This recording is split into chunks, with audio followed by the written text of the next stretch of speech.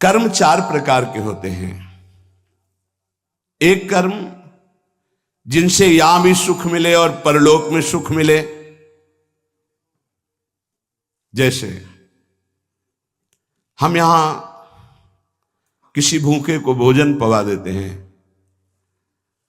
तो हमारी संपत्ति भी बढ़ेगी और परलोक में इसके पुण्य का बड़ा लाभ प्राप्त होगा।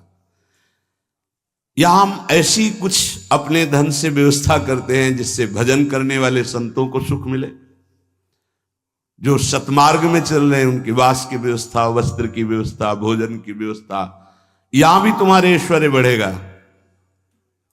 और परलोक में भी भगवत कृपा प्राप्त होगी।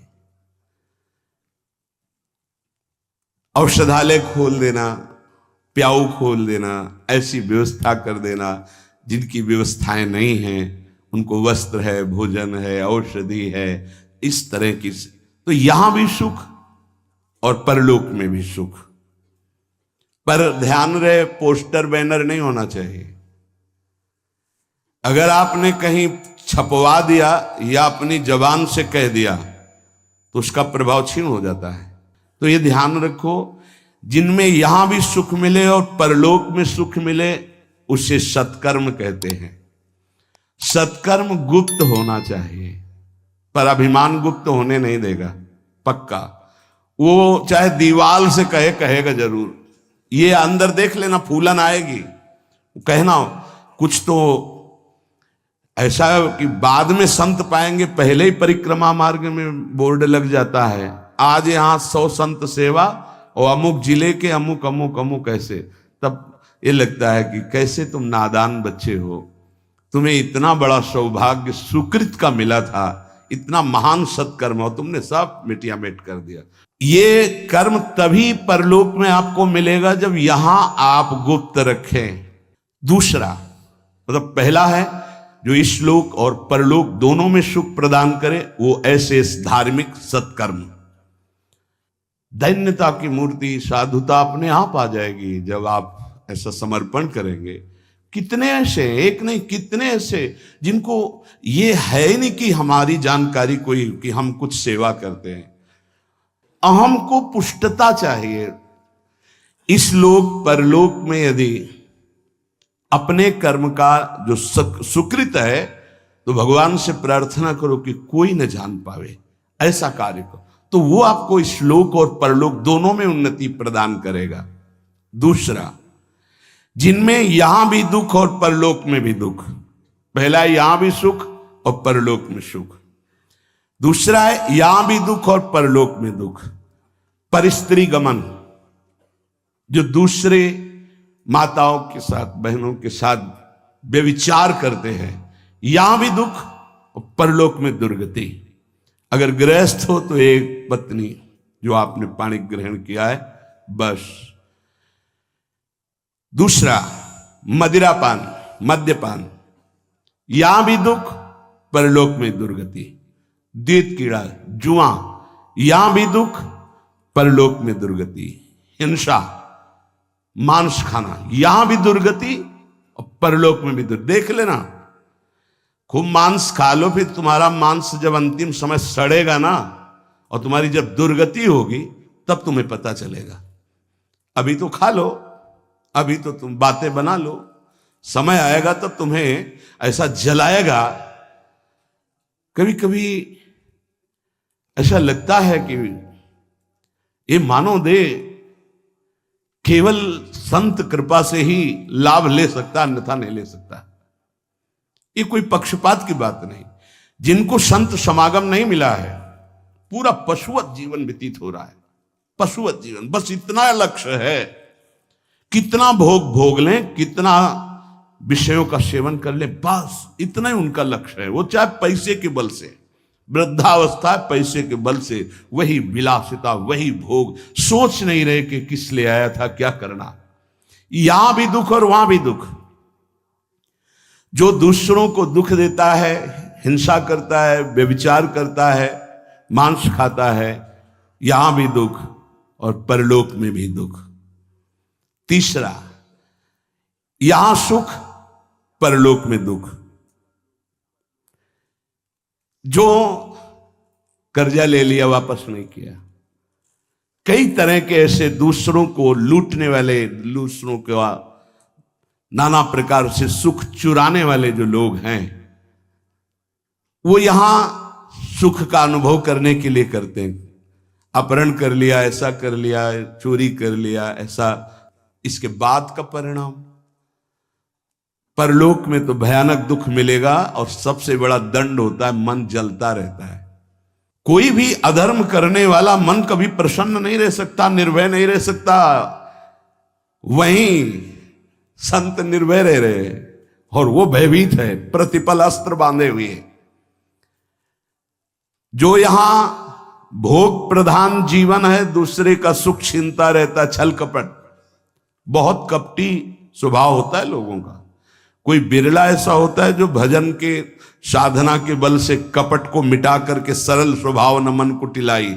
नहीं तो सांप जैसी टेढ़ी चाल होती, सामने कुछ और, पीछे कुछ और, बोल कुछ और रहा है, कर कुछ और रहा है, सोच कुछ और रहा है।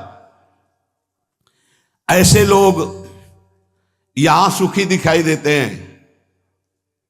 लोगों के प्रश्न भी रहते हैं, झूठ, कपट, छल, हिंसा, चोरी, ऐसे लोग यहां सुखी दिखाई देते हैं बड़ा, लेकिन परिणाम उनका बड़ा भयंकर होता है, महान दुख को प्राप्त होते हैं।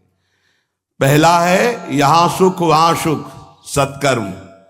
दूसरा है यहां भी दुख वहां भी दुख, असत्कर्म।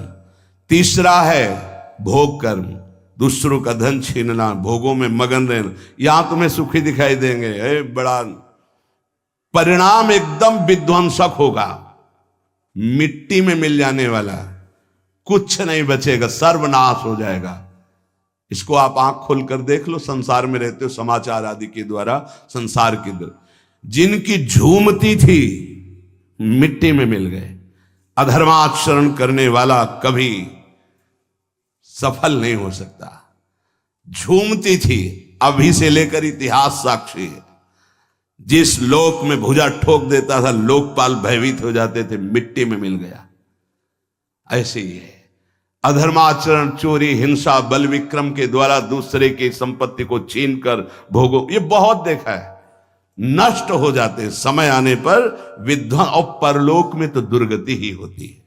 चौथा, ये बहुत जोर का है, यहां दुख, परलोक में परम सुख।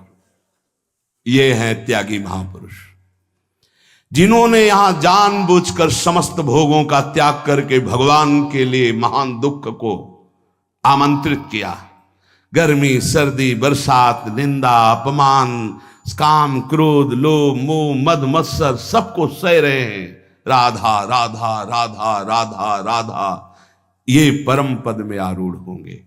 तपस्वी, नाम जापक, व्रत उपवास, योगाभ्यास, साधना, इनके द्वारा पूरे जीवन कष्ट सहते रहते हैं, और जगत मंगल और परम पद की प्राप्ति। ये 4 प्रकार के कर्म होते हैं, जिनमें यहां सुख वहां सुख, उदान, पुण्य, सत्कर्मादि। जिनमें यहां दुख और परलोक में दुख, पापाचरण, एक शब्द में बोल सकते हैं पापाचरण। तीसरा भोगाचरण, जिसमें यहां सुखी दिखाई दे रहे लेकिन परलोक में इनकी दुर्गति होगी।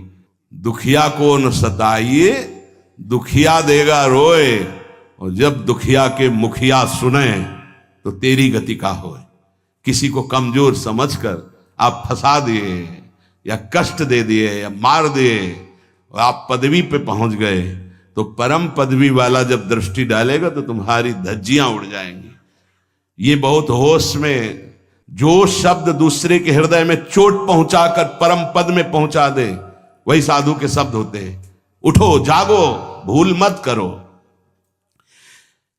अगर यहां तुम सुखी होने के लिए अधर्माचरण से धन ले लेते हो, चाहे जो हो, तो परिणाम में तुम्हें बड़ा भयंकर दुख भोगना पड़ेगा। इसलिए हम प्रार्थना करते हैं, अंदर की हालत को मजबूत करना है तो दुखियों को मत सताना, निर्दोषों को दंड मत देना, पैसे के लिए किसी को गलत मत फंसाना। नहीं, चाहे जितना बड़ा अधिकार आपको मिला हो, वो अधिकार भी एक समय का है, इसके बाद नहीं। फिर तुम्हें जो कर्म का दंड मिलेगा वो भोगना पड़ेगा।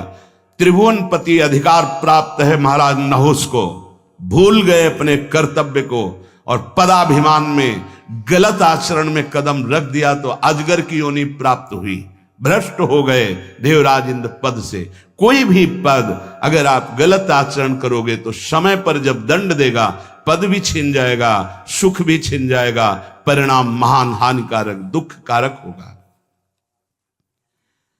उपासक यदि बहुत जल्दी पवित्र और शुद्ध साधना में समर्पित होना चाहता है तो शरीर और प्राण इन दोनों को भगवान के चरणों में समर्पित कर दे। हमारी अब जिम्मेवारी खत्म, समर्पित। तो समर्पण भी हमें नहीं आता ना, कैसे समर्पित करें। इसीलिए गुरु रूप में भगवान पधारते हैं।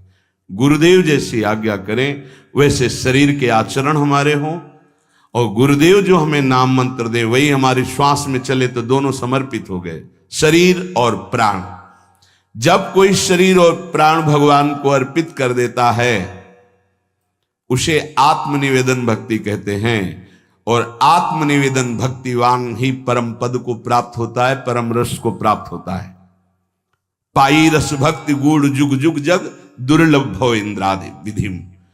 ये रस भक्ति तभी प्रकट होती है जब शरीर और प्राण अपने आराध्य देव को समर्पित हो जाते हैं। उपासक जैसे भगवान सच्चिदानंदमय है, ऐसे उपासक का भी सच्चिदानंदमय स्वरूप होता है। एक बार सत्संग में कहा था कि भगवान नारायण भी तुम बन सकते हो, तो किसी ने कहा था मनुष्य नारायण कैसे बन सकता है।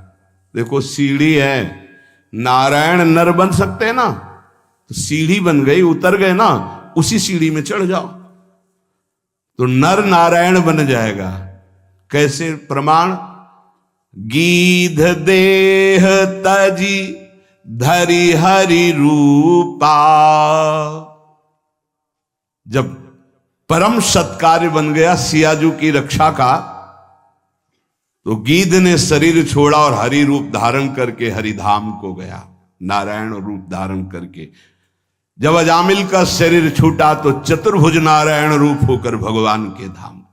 जब धुंधकारी का प्रेत योनि छूटी तो चतुर्भुज भगवान के पार्षद लेने आए थे, चतुर्भुज रूप पार्षद रूप हरि रूप धारण करके भगवान के धाम को चला गया। केवल श्री लांछन चिन्ह लक्ष्मी जी का, वो भर पार्षदों को नहीं उतारने, पूरे जैसे हरि वैसे ही हरि के पार्षद होते हैं। सच्चिदानंद में पार्षद स्वरूप सच्चिदानंद की सेवा में उपस्थित होता है। जैसी श्री जी वैसी श्री जी की सखिया किशोरी मात्मानम किमि सुकुमारी नुकले। उपासक अपनी उपासना को चुरा के रखे, नहीं तो कोई चुरा लेगा। हम जो साधना करते हैं किसी को पता नहीं होना चाहिए। हमारा अहम कहता है कि हम सबको बता दे, इतने माला जपते हैं, ये करते हैं, ये करते हैं। पूज्य पादुड़िया बाबा कह रहे हैं उपासक अपनी उपासना को चुरा के रखना, ये चुराने की वस्तु है, छुपाने की। कोई जाने ना आप किस कोटि के। जैसे समुद्र की कोई था नहीं ले सकता, ऐसे उपासक की कोई था नहीं ले सकता। सेवा में तुलसी दल 7 दिन तक प्रयोग किया जा सकता है। एक दिन उतार के 7 दिन तक वो बासी नहीं माना जाएगा। बिल्व पत्र 5 दिन तक, कमल पुष्प 3 दिन तक, और अन्य पुष्प 1 दिन। आज उतारा आज ही लगाए, आज उतारे हुए कल नहीं चढ़ाए जा सकते। केवल कमल पुष्प 3 दिन तक। अगर अन्य पुष्प हैं और आज उतार कर कल चढ़ाते हैं तो वो बासी माने जाएंगे, वो श्री जी की सेवा में नहीं आएंगे। उपासक सदैव सतयुग में रहता है। कलयुग उनके लिए है जो संत समागम से दूर है, भजन से दूर है। सतयुग की स्थिति क्या होती है? सतयुग के वासी जो उपासक है उनमें हर समय विचार में पवित्रता होती है, मंत्र जाप में तन्मयता होती है, नाम जाप में तन्मयता होती है, आराध्य देव के ध्यान में मगन रहते हैं और वो निरंतर परोपकार, भगवत सेवा, समाज सेवा, वो सतयुग में ही रहते हैं। अगर ये बात है तो सतयुग में ही हो। जो नाना प्रकार की कलह का चिंतन करता रहता है, कपटी है, झूठ बोलता है, ज्यादा नींद लेता है, हर समय आलस्य है, हिंसा है, विषाद है, शोक है, मोह है, भय है, विषयों की भूख है, भोगों की आसुरी प्रवृत्ति है, वो कोई भी हो, कलयुगी है, कलयुग में है। जो जप परायण है, ध्यान परायण है, साधन परायण है, सेवा परायण है, वो सतयुग में वास करता है। हर समय सतयुग, कहां कलयुग है? सत्संग हो रहा, नाम वाणी, नाम कीर्तन, प्रियालाल की सेवा दर्शन, सेवा में हमारे पास समय कहां है कलयुग के लिए? कलयुग जो बुलावा देते हैं उनके पास जाता है, अपने पास समय कहां है कलयुग के लिए? झूठ, कपट, तंद्रा, निद्रा, हिंसा, विषाद, व्यसन, व्यभिचार, मोह, भोगों की प्रबलता, आसुरी प्रवृत्ति, ये कलयुग है। अगर चित्त में इन सब का राज्य तो कलयुग। उपासक सदैव सतयुग में रहता है, सदैव। देख लो, उपासक सदैव सतयुग में रहता, कलयुग में नहीं। ये अगर लक्षण है तो कलयुग है, नहीं तो कोई कलयुग नहीं। कहां कलयुग है? हाँ, कलयुग का स्थान बताया गया, शराब पीना, व्यभिचार करना, मांस खाना, जुआ खेलना, चोरी करना, तो उसी में आ जाता है झूठ, कपट, तंद्रा, निद्रा, हिंसा, विषाद, शोक, मोह, भय, भोगों की प्रबलता, राक्षसी प्रवृत्ति, ये कलयुग का स्वरूप है। उपासक विषयी भक्त से बच के रहे। यहां विषयी पुरुष नहीं कहा, ये न्यायाधीश के बचन पूरे आजीवन यही साथ रहे। विषयी पुरुष से तो हम समझते हैं कि विषयी पुरुष है, पर यहां कह रहे हैं विषयी भक्त से बच के रहे। भक्ति का बाना है और विषय सेवन का अंदर से स्वाद है, तो हम बाना भेष से, हम उद्देश्य से संत मानते हैं। उद्देश्य तुम्हारा भगवत प्राप्ति भजन है तो हमारे मित्र हो, और उद्देश्य नहीं है तो बच के रहना। यहां कह रहे हैं उपासक विषयी भक्त से बच के रहे, क्योंकि हमारी श्रद्धा होगी कि भगत है और विषयी है तो संसार का राग प्रकट हो जाएगा, जो राग हमारे भजन मार्ग में बहुत बाधा पैदा करेगा। क्योंकि ये राग और द्वेष सतमार्ग के लुटेरे हैं, श्री भगवान गीता जी में कह रहे हैं। जो भक्त विषयी है हमें उसका संग नहीं करना। क्यों? क्योंकि उसके संग से विषयों का राग प्रकट हो जाएगा।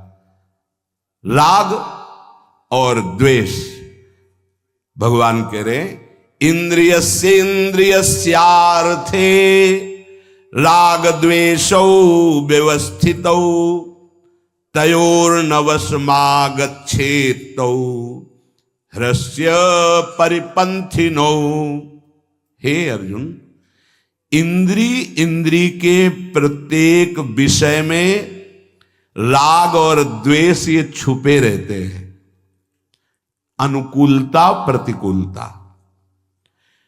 उपासक को ना अनुकूलता में न प्रतिकूलता में, अर्थात न राग में न द्वेष में, दोनों में नहीं फंसना, क्योंकि ये दोनों इस मार्ग के लुटेरे हैं, खाली कर देते हैं, लूट लेते हैं। श्रोत्रेंद्रिय, त्वचा इंद्रिय, नेत्र इंद्रिय, रसेंद्रिय, घ्राणेन्द्रिय, इसके विषय हैं शब्द, स्पर्श, रूप, रस, गंध। पूरी सृष्टि के भोग इसी में आ जाते हैं। इसमें कुछ में साधक का राग रहता है और कुछ में द्वेष रहता है। राग अनुकूलता, द्वेष प्रतिकूलता। जब तक अनुकूलता प्रतिकूलता राग और द्वेष बना रहेगा तब तक साधक की उन्नति नहीं हो सकती, आध्यात्मिक उन्नति। ये बड़ा सूक्ष्म विषय जगत गुरु भगवान श्री कृष्ण वर्णन कर रहे हैं।